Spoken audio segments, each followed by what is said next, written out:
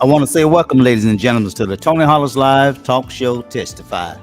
We will be getting started just real shortly. I have guests today uh, who will be speaking to voters as to why they believe that they are the better candidate to serve for the Mississippi County uh, Assessor office.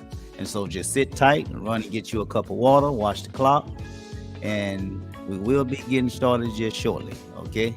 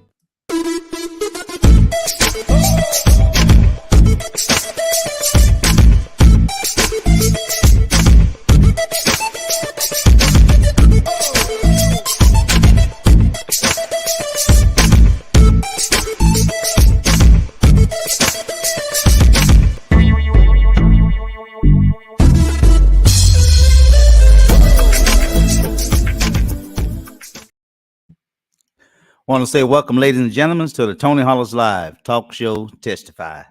As promised, we will have two candidates who will be speaking with us today um, for the position Mississippi County Assessor's Office.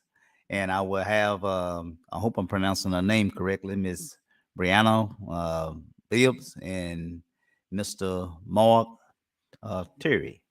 Um, they will be there's a third candidate also, I believe. I haven't heard from him. I have put it out there on my Facebook page and doing the broadcast as well to those candidates who wish to come before me using my platform to get out their message. You're more than welcome. Whether you're local, whether you're county, um, state, even national candidates. Just give me a call, inbox me, call me. Those of you have my number. But but I think it's very important that we meet our candidates uh, to get to know exactly a little bit about them and why they believe they are the better candidate for the position that they're seeking. Um, but before I get too much further into the broadcast, I want to say that early voting will begin uh, starting on um, October the 24th. Um, that will go all the way up until Election Day. Election Day is on November the 8th. I don't exactly know when the cutoff date before the election. Election is on a Tuesday. That's November the 8th. And so I don't really know when is the cutoff date, but I do know that early voting started on the 24th. Uh, and so please govern yourself to early voting, all right?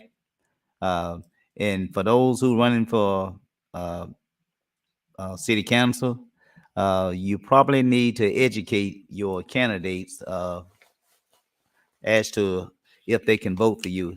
I meant to put this on my screen. This is a card that one of the candidates have. That's the front of his. This Osceola. This is a card that Mr. Beasley had that just basically show exactly who is he. And right on the back of his card, I don't know if you can see that, but on the back of his card, it actually where we at? On the back of his card, it actually got a lot of you can't see that, but it got Erie Street address, not address, but Erie Street. In terms of you in Ward One, all the people that living in Osceola, your street will be on his card. Hoping this is something that other candidates can use here in Blavel and down in Osceola as well. City Council, you have three wards, 1, 2, and 3. So please familiarize yourself with the map. And if you can, put that information out to the people in your ward where they can govern themselves and know that they can vote for you. But anyway, I have to get my guests have to get to I think it's a class or whatever. And so we want to go ahead and that's why we started. We're waiting on Mr. Mark Terry. Hopefully he'll sign on. Mr. Mark Terry, if you hear me, uh, still want you to come on. And so when you come in, we will see you and I'll bring you on. But right now, ladies and gentlemen, I want to go ahead and bring on my first guest because I promised her that I would be getting her out. And if any of you have any type of questions, uh, we'll get as many as we can. And hopefully, if there's any other questions, she do have a web page, and that's another thing that I meant to put up. I was rushing, uh, but I'll let her announce her website before we close. Okay. But anyway, without any further ado, look like I see. How you doing, Miss Cannon? Uh, Please, I think she's a candidate, not a candidate. She's a helper for Mr. Terry, and so hopefully she would give the message to him and let him know that we're waiting on him. But again, without any further ado, I want to bring on my guest and let her go ahead and just get through this quick little QA, and we're gonna let her get to her class. Okay. All right. So here we go. Let's go ahead and bring on my guest candidate for Mississippi County Assessor Office, Miss Bibbs. Oops. Oops, that's the wrong one. I'm trying to close out the show, y'all. Uh, Let me go ahead and add Miss Bibbs. There we go. I got you now. Hi, Okay. How you doing, Miss Bibbs? good. How are you? All right. Um, just got a message from Mr. Terry. He say he's trying to find his Google account, and so I guess that's how he's gonna log on. Uh, just want you to go ahead and I thought I had you on your computer. I know I had edit your name. Uh, do you want me to edit it, or you want to go ahead? Candidate for county assessors, and On what part of my name? you switch computers. Remember we had candidate. Uh, Oh, yes. yeah, that's and so if you just want to go ahead, we go ahead. But anyway, I'm gonna go ahead and turn it over to you because I know you pressed for time. Just starting off, just generally, just give us a little snapshot of exactly, who are you, what you do, and why you seeking the office. All right. All right. So, hello, everybody. Thanks for giving me a moment of your time tonight. That's My welcome. name is Brannah Bibbs. Sorry, it's kind of a weird Brannah. one. Okay. It's like Hannah with a bruh, is what I Okay. always tell everybody. Okay. But I am running for Mississippi County Assessor. I currently work in the office as a business personal specialist. So I've been with the assessor's office for about 4 years. I am born and raised in Leachville, Arkansas. So the only few years I didn't live in Mississippi County, my husband was in the Air Force. So we were in DC area. And then we moved back here. As soon as we moved back here, I got plugged in at the assessor's office, and I've been there ever since. I graduated from BIC. I have my associates, my bachelor's, and my master's degrees all from Arkansas State, with my master's degree being in public administration, just kind of perfect for where I work. Okay.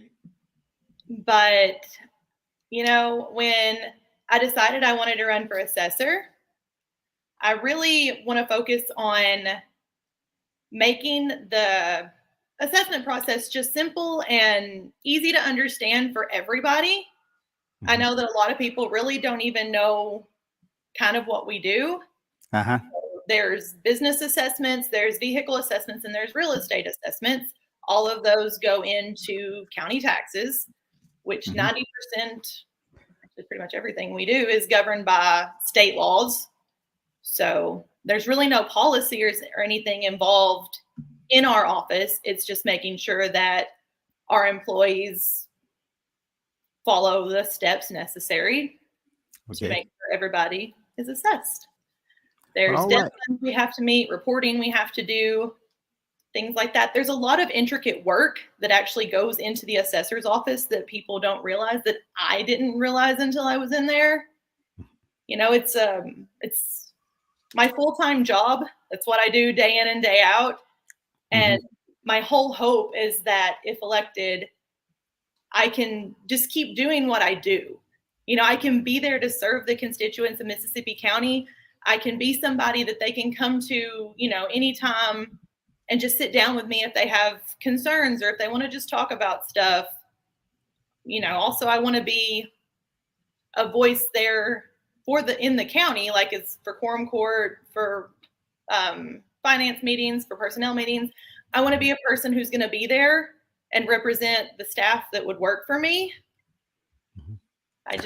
A lot of people have this notion that elected official positions are just kind of part-time things you show up for. But it's not really my mindset for it at all. I work there day in and day out, and I have no want in my life to work less. I want to work more for my county. I love where I live. I want it to be a great community in the future. So my daughter, when she grows up, she has a great county to live in.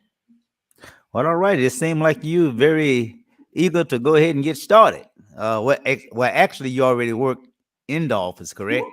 Yes, sir. All right. Well, let me ask you this here. When we start talking county assessor, actually what we're doing, are we either looking at the value of a particular piece of property, that it be an automobile or real estate, or, is that what we're doing? Yes. So when we assess something, it goes on to, like, most of our auto values come from the NADA. So they provide those to us. Okay. What is the NADA?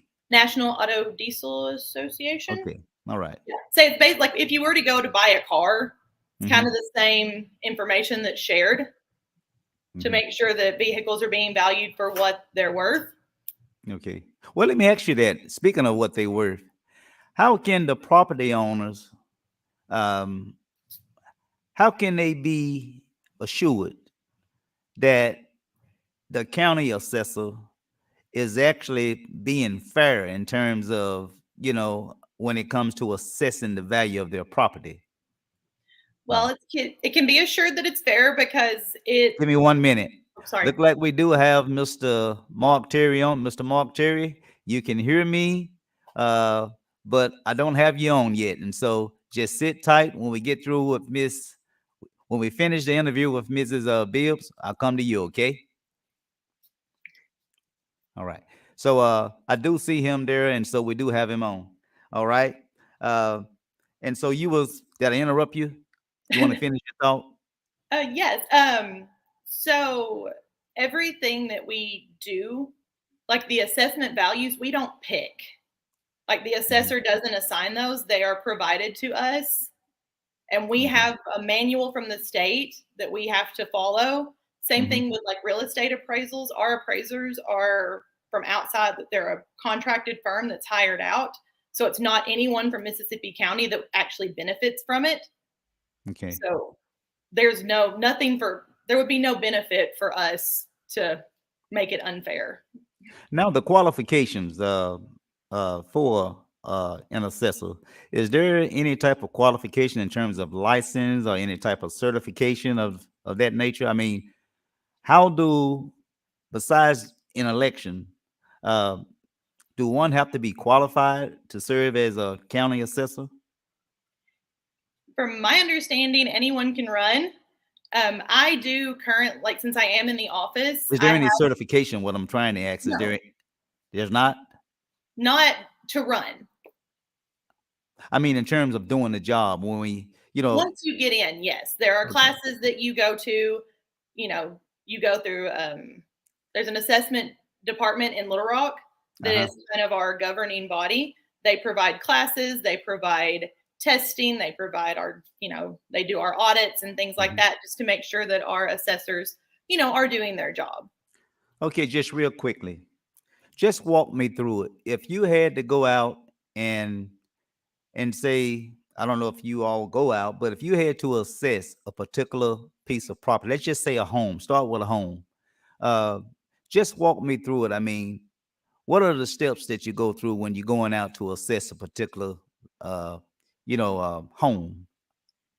So we don't assess real estate. So, and no one from our office would be going out, but like our appraisal company, they do go out. Oh, that's right. You say contracted. Okay. Yes.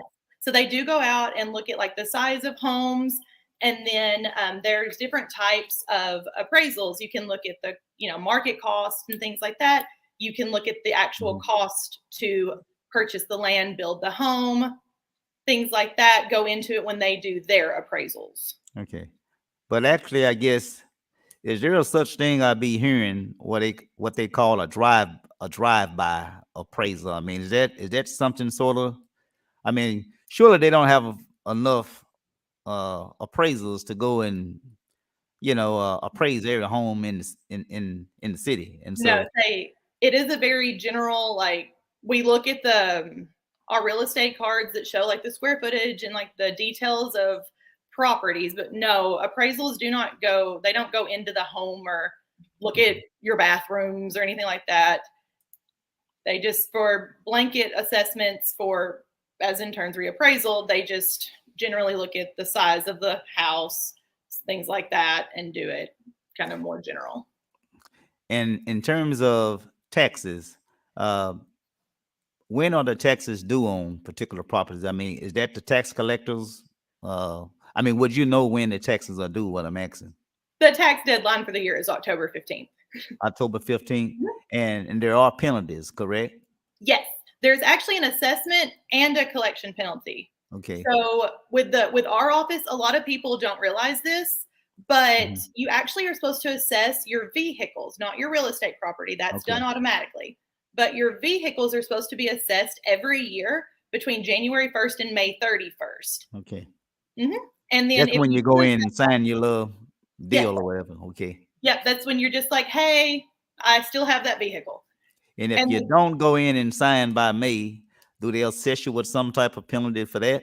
No, so we do not do any assessments automatically. Okay. So like say you came in this week and we're like, oh, my tags are due, I need to do an assessment. We'll open your assessment, but then there will be a small penalty on there since you were after the May 31st deadline. Okay, and I'm looking at my clock because I know you got to get out.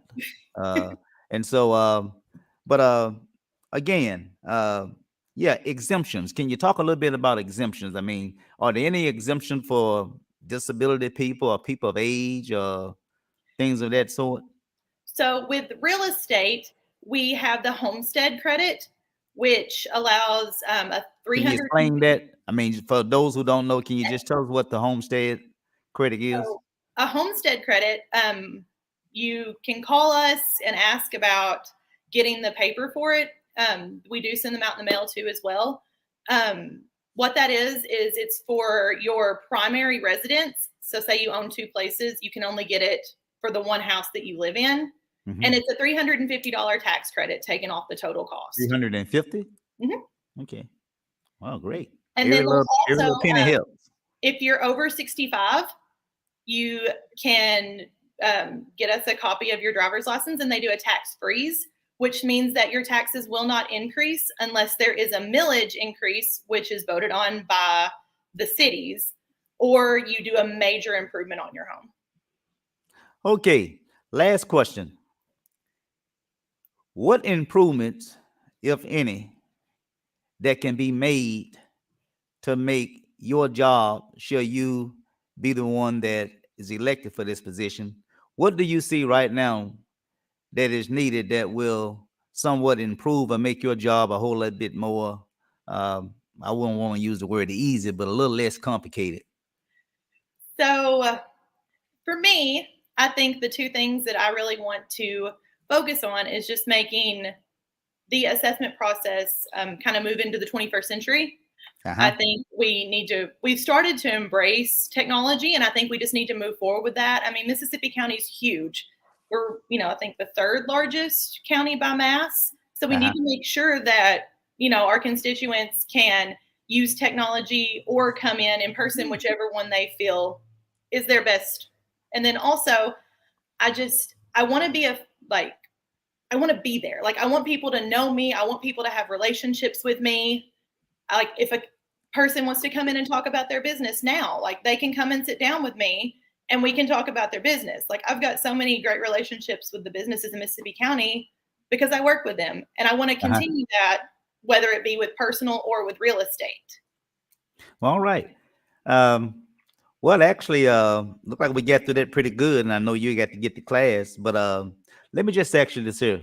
Why is the county assessor position, because I read from a lot of other, say, states, counties, uh, why not the county assessor position? I mean, why do it have to be an elective office? I mean, why can't that be more of an administrative, hired in?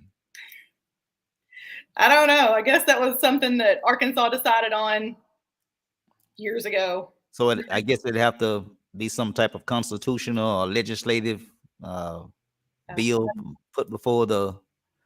Yeah, I mean, I'm there doing the job day in and day out, and then here I am trying to run to do it some more. Yeah. Well, all right. Well, I'm gonna go ahead and give you the, last minutes or what have you. I know you got to get out.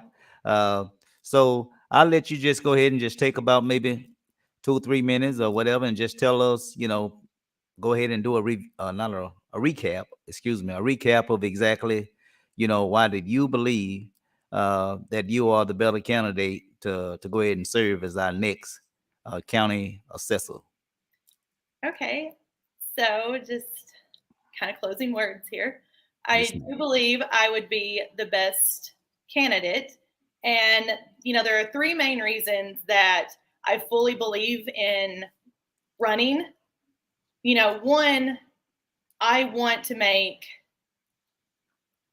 be a voice for my generation. Like, you see so many people my age that get online and post about things, but then they don't step out to make a change. So I'm young, I'm early 30s, I'm stepping up to make a change.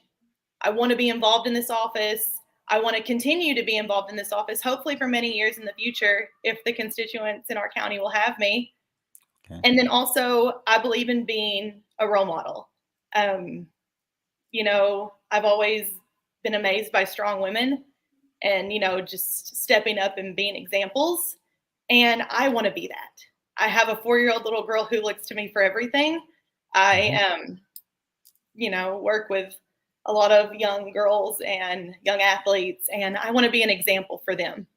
I want to show them that, if you work hard and you do the best you can do anything. And this is that anything that I want to accomplish.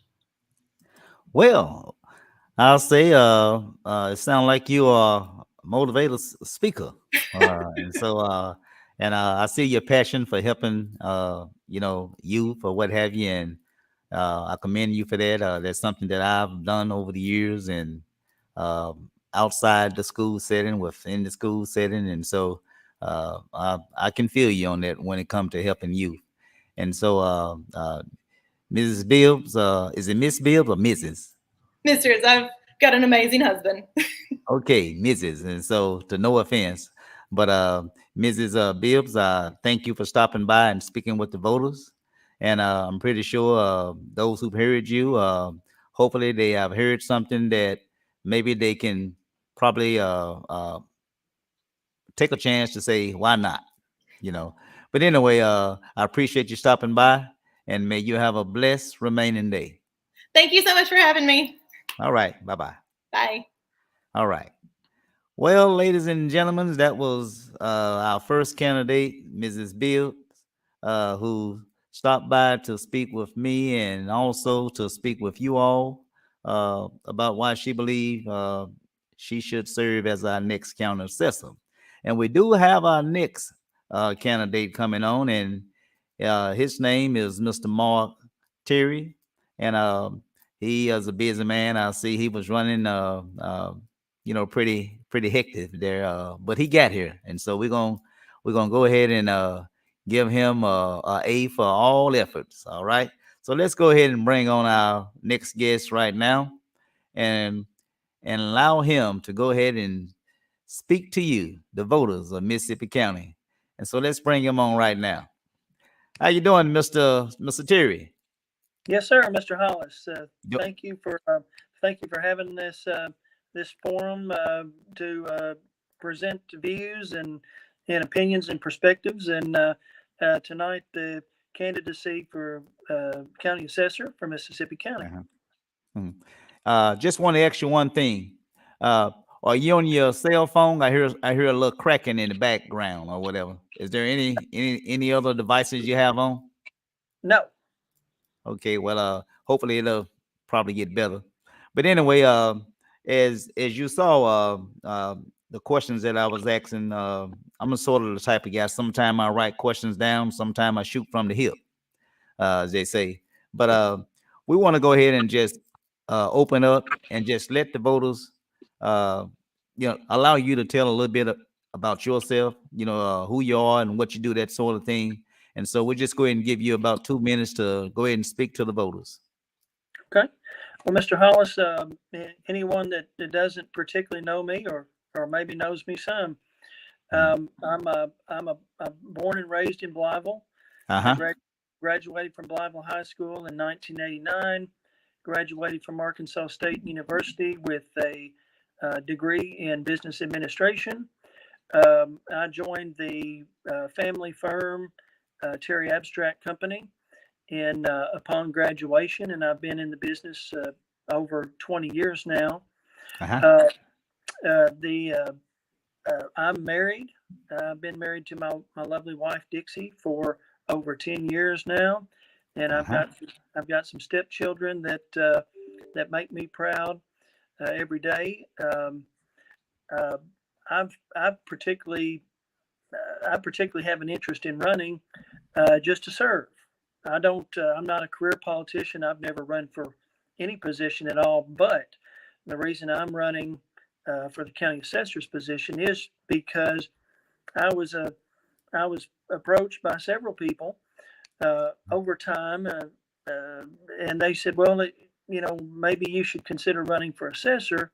And that's primarily due to my business background through Terry Abstract Company, which we provide real estate services. We deal with the assessor's office on a daily basis. It's very important to us. Along with we deal with the collector's office and the county clerk's office. Those have to do with public records, which we have to research to prepare to provide services. Along with collecting taxes and paying taxes to the collector. And the assessor's office is important because we have to locate the businesses, the properties that people are buying, selling, or refinancing. And that is the basis for ownership. That's how we establish somebody selling this property. We want to look at the assessor's card. We want to look at the ownership, the improvements that may be on it, and that's normally the stepping off point is what's in the assessor's records. That is the basis of taxation. That's the basis of ownership, and that's how they say this is who we're taxing, and this is why we're taxing, because we show ownership in this person or these people or this entity. Well, let me ask you. I don't know if you heard the question that I asked at Mrs. Bibbs. How can a property owner? I mean, she pretty much answered. I think she mentioned that you all contract out to companies who come in and do the appraisals. And one of the things that a homeowner have always asked it, how do they know that the appraisal is fair in terms of assessing the value of their property? Well, again, with not being the assessor and having that understanding of the assessor, but having a very specific, somewhat thorough knowledge, but I would say I'll just defer to.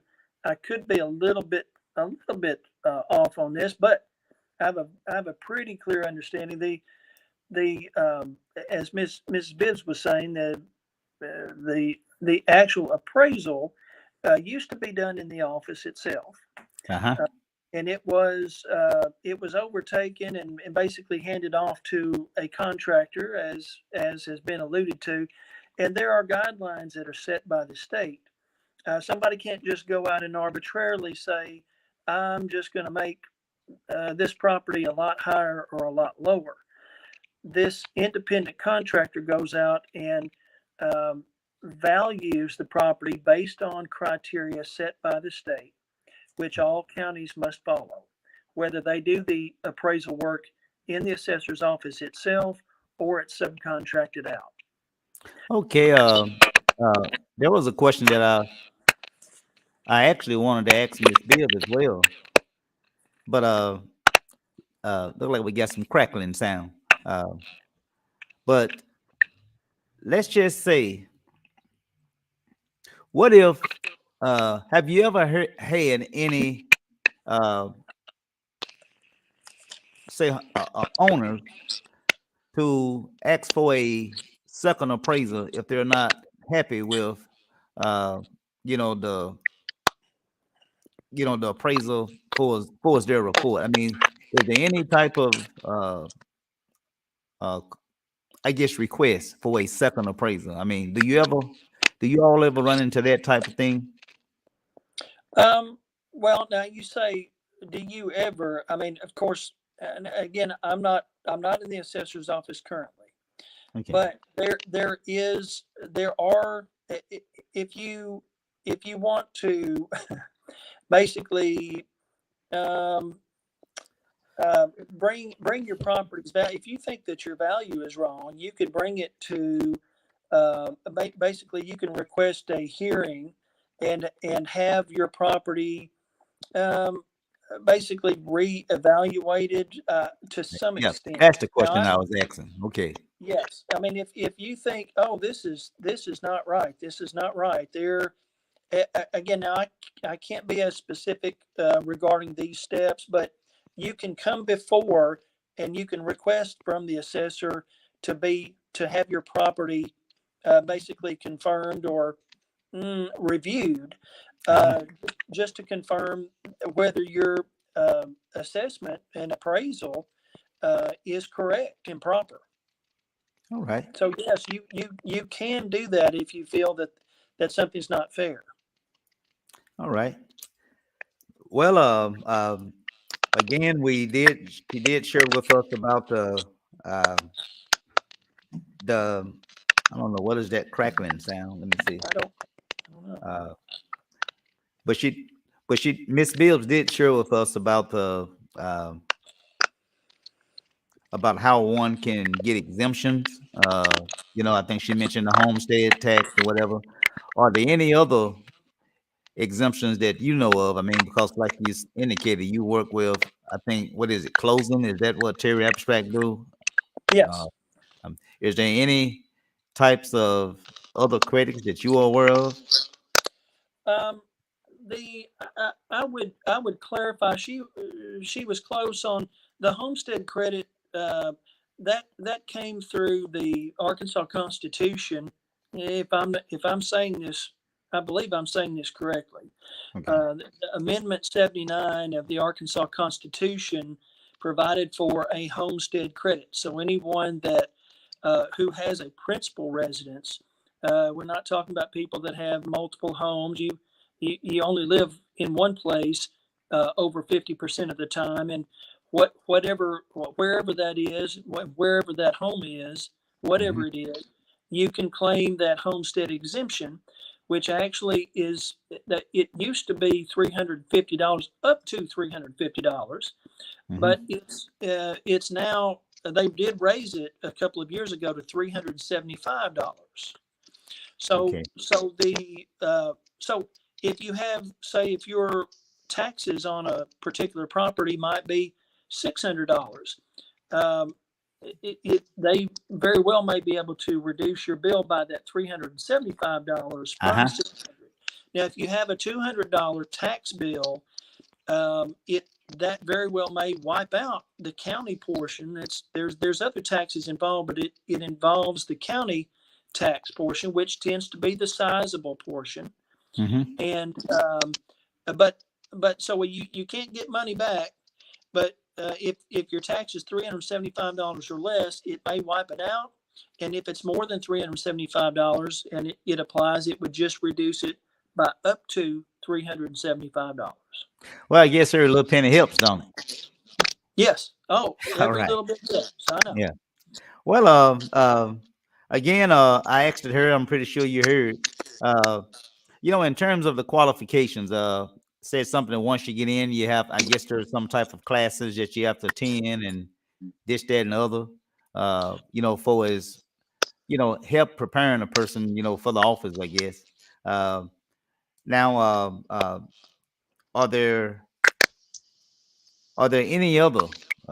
Because, like I said, I had already asked her these questions, and so if you want to piggyback on it, if there's something that you need to add, in terms of if one having one properly certified, where they're, I might want to use the word qualified, where they can perform their job.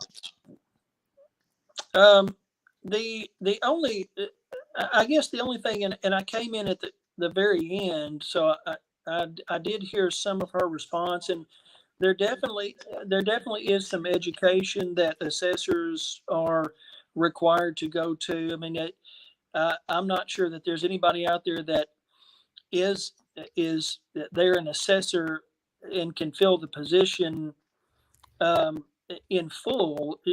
If they're not already an assessor in that position, they're only they either have some some learning curve to flatten out, Hmm. uh, because if they don't have any sense of what's going on in the office, obviously you can be elected to the position and you have everything to learn.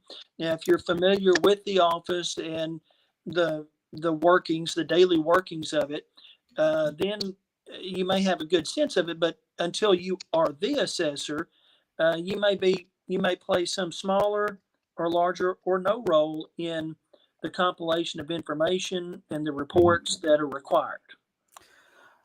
Well, all right. Like we're down at the bottom again. So let me ask you this question, the exact same question I asked of her.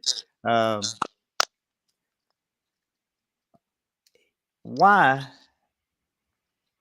does there have to be an election for this position, county assessor? I mean, why can't this just be an administrative position as opposed to a running for the office in election? I mean,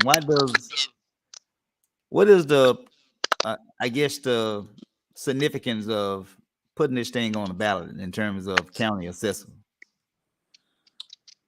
Well, Mr. Hollis, I guess that might Well, we be. know it's in the Constitution, of course. I mean, legislators or whatever. But I mean, I'm just still from a layman perspective. I'm just trying to find out, why does this have to be an elected position? Why can't it be administrative? Well, that's a question that I cannot answer. The only thing that I'm in my knowledge and my background, the only thing that I understand is that these positions these county positions are elected positions, and that's only a derivative. Fair enough. I mean, it's only a derivative of, I guess, the legislation that these positions were created, and they were created to be filled by the population, the voting population, to direct and guide the different departments and offices as the people elect them, as they decide. Okay. And another question I also want to ask you that I asked it here. Shall you elected for this office? What is something that you have knowledge of that you believe that can improve the office, not only the office, but also help you do your job? Oh, well, real estate. That's a very that's the first and most, that's the strongest perspective that I have, and background and knowledge that would be a benefit to the office. I will say, while I cannot speak very, I'm not in there processing all items in all processes on a daily basis, but my knowledge of real estate and the real estate process and what it takes, that starts to become very complicated, and most people do not use legal descriptions. They don't know how to read surveys. They're not used to describing lands any other than, that's an address. Here's my address. That's my home. You can see it. That's what I have. They may not know how many feet that you have to run from one side to the other. They may not know their lot size. They might not know their lot lines. They may not know if they have any issues with other descriptions that might encroach upon them, or their property encroaches on someone else. I think some of these descriptions are very complicated. Some are very easy, but there's a lot of splitting of lands. Those are very important. You want to have proper ownership shown in the proper people. And some of these can just, they get pretty technical and very involved with, especially with people that own a lot of land. You have to keep up with their ownership, pass ownership properly, make sure that all the ownership is reflected, because a lot of lands are owned by more than one individual, or a husband and wife, or a single person. Some are owned by entities.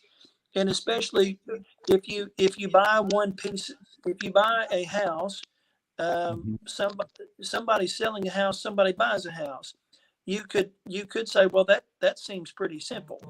But when you are selling farmlands and parts of lands, that you have to know how to describe parts of descriptions in legal terms. And that's, you don't really go by addresses. They don't keep up with properties by addresses, because some properties don't have addresses because they don't have buildings.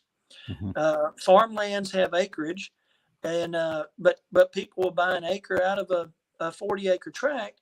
Then you have to have what they call a meets and bounds description, which no one on the street uses.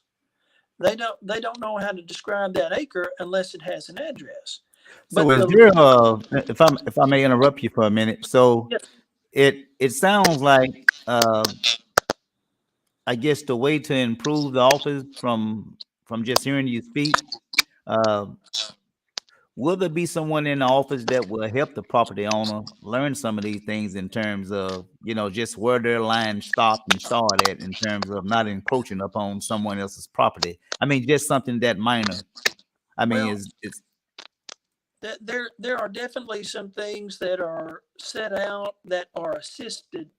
They assist the public. There okay. are there are there are various maps that the assessor might have in their files, especially um, it, we go back to through historical um, historical times. I'm talking Mhm, about 40, 50, 70, 80 years. mhm, What this plat of this subdivision, what was this originally? What size lot was this? This plat, which was in the public records or is in the assessor's records, shows that this lot was originally 50 foot by 75 feet. It may refer to beginning points, things that somebody could reference to determine where is my line versus somebody else's line. okay. uh, they can't, they could not specifically tell you where your line is, but the information is there for somebody to go out and verify exactly where your property line is versus someone else's, so to speak. All right. But we would not be able to tell somebody your property has a problem or not, but it's a resource, especially for surveyors, possibly, or title offices or abstract companies, however you want to call us, people that are researching the public records and are looking at lots, whether they're surveys or plats of surveys, which set out subdivisions, and where you can determine is there an issue or is there not, and it's information that helps somebody to go out and determine where these what they call monuments or beginning points are that are identified on the ground, and say a surveyor could go out and say uh, you have a problem or you don't have a problem, Mhm. because somebody has to find those, that somebody has to go out and put this So, the so if title someone actually, information on and, the and ground. so you mentioned surveyors or whatever, and so actually, if someone have a problem, in terms of where their property start and end at, will that be someone that you can hire? What do they call these people where they come out and I can't think of it on top of my head right now. Well, a surveyor would be proper. If you think, you know where your property line is, and somebody, your neighbor, somehow builds a fence, and they seem to be well over your line, and you've got a problem, and they're not going to move it. Well, first somebody would be looking at the deeds of Mhm, record and how they're described, and if it's say lot one, block A, that mhm. may be the description of your property if you have a house in town. Well, then somebody has to know, well, where is lot one, block A? And they would go to the filed plat, which would locate the different lots and blocks in a subdivision. Now, from there, then the surveyor could go out and determine where your lines actually are, and that would show whether somebody has encroached on your lot, and where your lines actually are. Well, all right. We're getting down to the bottom of the hour now, top of the hour, and so I want to go ahead and just give you first of all, thank you for coming on. Yes, I sir. want to go ahead and just give you 2 or 3 minutes to go ahead and speak with the voters, to let them get an understanding as to why you believe that you are the better candidate to serve as our next county assessor. Well, Mr. Hollis, I appreciate the time to be able to come on and present myself and my views Uh and huh. answer questions. Um, I do believe I'm the best candidate for the county assessor. Now, my opponent is younger, and I know that's a selling point. But I'm a little bit older, and I think that's a selling point. I've been a business owner now for going on 5 years. My family's business has been in Mississippi County. I'll tout my business holdings right now. Terry Abstract Company is located in Blytheville and Osceola, and we provide these real estate services and have for over 100 years. Um, my wife and I purchased the business several years ago. So while I've been in the business and have worked with the assessor's office for going on 20 plus years now, I've been running the businesses now for several years, uh, and managing people, paying taxes, being a part of the assessment process, um, from a transactional standpoint, but also from a business standpoint. Um, Dealing with the public, serving the public in a business sense. But I understand what some people are frustrated with. They want to have more access. They want to have better information Mhm. through the assessor's office, and I think primarily the real estate department, that area needs more support. I'll just say it that way, because there are a lot of transactions that go on in real estate, and I said I wouldn't say there's so much help is needed in personal property. Business assessment is also critical too, because there is a lot of assessment that goes on. There's a lot of industry that's in Mississippi County, and proper assessment provides proper taxation and proper payment. Mhm. And I think in that case, the county would miss out if that job is not pursued properly, because if it's not assessed, it surely is not collected. But my business background, my business sense, my business practice, my real estate knowledge, and depth of knowledge and application provides me with the best positioning to assume the assessor's position and lead that office and make improvements steadily as we go forward. Well, all right, Mr. Mark Terry. Again, as I stated to Mrs. Bill, I appreciate you for coming on and sharing with the voters and speaking with myself as well as to why you believe you're the better candidate to serve as the next county assessor. And so don't be a stranger, and good luck on your campaign, and God bless you, you and your family, and have a remaining blessed day. Yes, sir, Mr. House. Thank you very much for this opportunity, and I wish you a very blessed evening, and I appreciate the ability to come on tonight on your show. Appreciate you. Bye bye. Yes, sir. Thank you. All right. Well, ladies and gentlemen, those were the two candidates that I actually had you to take a little time out of your schedule to speak to, and please do get to know all the candidates who's running for office. It's one thing I will say about the north end of the county, Blytheville, that is, Amarillo, Gosner, or what have you. I am very proud to know that we have candidates on the north end of the county that think that you are worthy of their time to come on somebody's platform to speak to you, and not only speak to you in terms of why they're running, but to listen to you, to take your questions. It could be questions in regard to infrastructure. We talked a lot about that here in Blytheville. There was a lot of talk about dilapidated homes, the streets in disrepair, uh, city services or what have you. You know, you as the voter, you have a right to ask these candidates to make themselves available where you can ask them questions. Okay, you know, they are not privileged to whatever position that they are running for.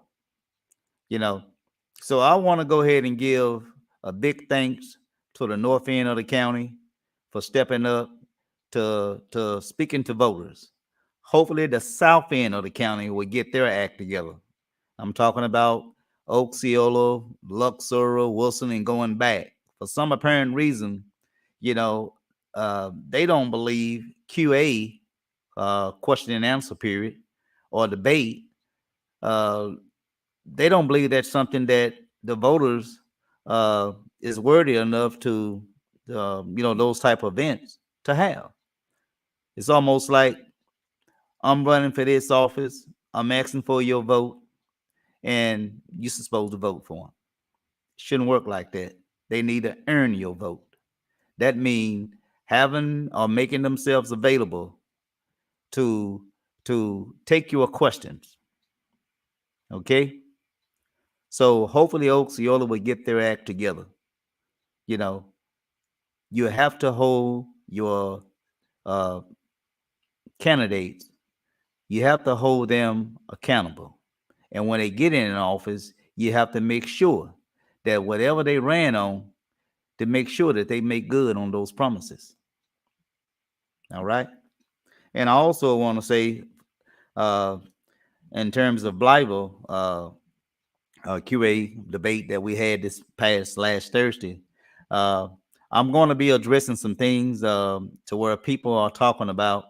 There was a comment made that where voters not voters. I don't even know if it was a whole lot, but there seemed to be some concerns that there was one candidate that mentioned the name of the mayor or mentioned the word mayor.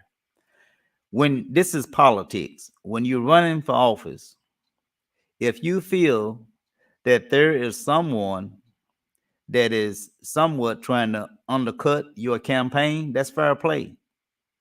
You know, that's fair play. If anyone is uh, running for office, if they believe that they must address something or speak on something, is that going to somewhat keep their campaign afloat? Then that's fair play. Okay, they're not running for the bishop.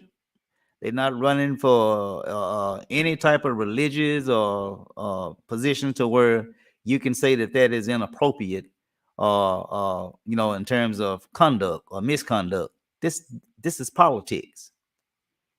Okay, this is politics. All right. So that was an unfair statement to make about one of the candidates calling out the mayor. How it might have been a few that had a problem with that. That's not a problem. It's politics. You're in it to win it. Okay? You got to be in it to win it. And if anything that's in front of you that may somewhat be somewhat of a roadblock, just use that word, of trying to prevent you from becoming the next person to serve in that particular office, then it's fair play. It's okay to go after them. All right. And another thing that was not talked about is that, in the election, you would think that the golf course would have came up in this last election. This golf course is bleeding the city. We continue to lose six figures. We have lost as much in 1 year. We have lost close to $500,000. And if you look at all the money over the years since the existence of the golf course, we have paid millions, lost millions on this golf course. There is no transparency in terms of, we know how much money we allocate for the golf course. We know that. We hear about they making money, but we don't see no type of reports. I need to know, if I give you $500,000, okay, and you go through that $500,000, but you don't make but $300,000, okay, that's a loss. That's a $200,000 loss. A $500,000 budget, and all you made was $300,000. That's a $200,000 deficit. And so we need someone to really give us reports that going to give us a clear understanding that if we're making money or not with the golf course. The city continue to bleed where it cannot take streets. Infrastructure we're talking about a lot. Our streets is tore up from the flow up, as I call it. We cannot use money that can take care of other services for our citizens here in Blytheville is because we continue to lose so much money on the golf course. You know, we need to find a way to sell it or do something, to a private owner. They keep telling you that, they can't sell the golf course because of some promises of what they made. That's a bald-faced lie. I can show you the evidence. I went down there and report. I have letters. They never indicated that the golf course could not be, repurposed. It can. The only thing that was required was about 4 or 5 things that they had to do. I don't have those things in front of me. There's about 4 or 5 things that they must satisfy in order to repurpose the golf course. So they lied to you. I have the information to back it up. They lied to you. They've been telling you for years that they can't sell the golf course. Is why they putting it in your mind that we stuck with it. We're not stuck with it. The golf course can be sold, repurposed. Let me just use that word. So that's pretty much all I have. We need to stop the bleeding. Am I saying get rid of the golf course? No, I'm not. I'm not saying get rid of the golf course.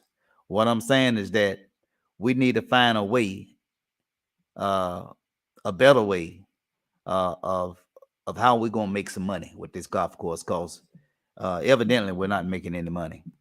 I mean, it's something that we can brag about, having the most state-of-the-art golf course probably probably in the South, or at least in this region, But if it's causing us to lose money, yet killing the taxpayers to where it's tying our hands from addressing some of the other issues of the city, like streets, then we need our city officials to regroup. Okay. And I'm going to talk about a lot of things that wasn't talked about. Everybody danced all around, want to speak about the police department. I'm closing on this here. Listen, when I speak about the police department, it's not just the performance or the leadership of the chief, the assistant chief, the captains, the lieutenants. I don't know what the sergeants is doing, but make a long story short, if you had a police chief that was fair to its officers, we wouldn't have no problem with recruitment. We said that if we can give them a decent pay, how that would bring in officers. How's that doing? How's that working out for us? People will not work for anyone if they're not being treated right. Money is one thing, but sometimes people want a peace of mind. There have been people who have left the Blytheville Police Department to go out here and work factory jobs, or they choose some other employment. I'm fighting for Blytheville police officers. They deserve to be treated fairly. Okay? It's not right for officers to quit and move away and then come back once the pay been raised. Now they want to come back and not only be rehired, but there have been at least 2 or 3 officers that come back and they went right back up to ranking. If they was a lieutenant, they went back to a lieutenant. There was a sergeant, they went back to a sergeant. If they was a captain, they went back to a captain. But what about those officers that have been faithful, hanging it out with the Blytheville Police Department in good times and bad times? Those officers are being overlooked, and that's not fair. So I'm fighting for Blytheville police officers as well as fighting for community policing to get better in terms of how the community and the police communicate. And with this chief that we have right now, that's not going to happen. We continue to pay thousands of dollars in lawsuits. When you continue to pay thousands of dollars in lawsuit, it affects your blanket insurance. What do I mean by blanket insurance? Every police officers, it may be city employees as well, they are up on a one policy to where what is called a blanket cover. It cover all those officers. So if we can't get police officers to do right, and we overall, I will say the Blythe Police do have officers that really do their job the right way. From what I've seen, it's been very few patrolmen that are problematic. Very few. Okay? But if leadership can get its act together, our police department would be a whole lot better off, and we could yet retain police officers and not be in the shape that we're in now. That's all I have, ladies and gentlemen. I don't have any comments over here. Let me go over here and look at my board. I think I don't put everyone up. I thank you, Mrs. Rump, Mrs. Miss Cannon, Miss Brown, Miss Bradley, Miss Luster. Thank you all for tuning in again. Please pass the word. Early voting, as I stated, early voting begins on October the 24th. Go clean up to November the 8th. I think you might have a little break in there to where it may be, maybe it's the weekend or whatever they may, because the election is on a Tuesday. And so I would say just govern yourself from the 24th going all the way up to that weekend, maybe on a Friday, I believe. But please govern yourself to those dates. Early voting begin October the 24th, election day, November the 8th. All right. So, ladies and gentlemen, that's all really I have for you all. And I thank you all for sitting with me. And disregard this date of my next broadcast. I hadn't changed my banner yet. And so I want to say to you all, peace and love, good night, and have a remainder blessed evening. Okay.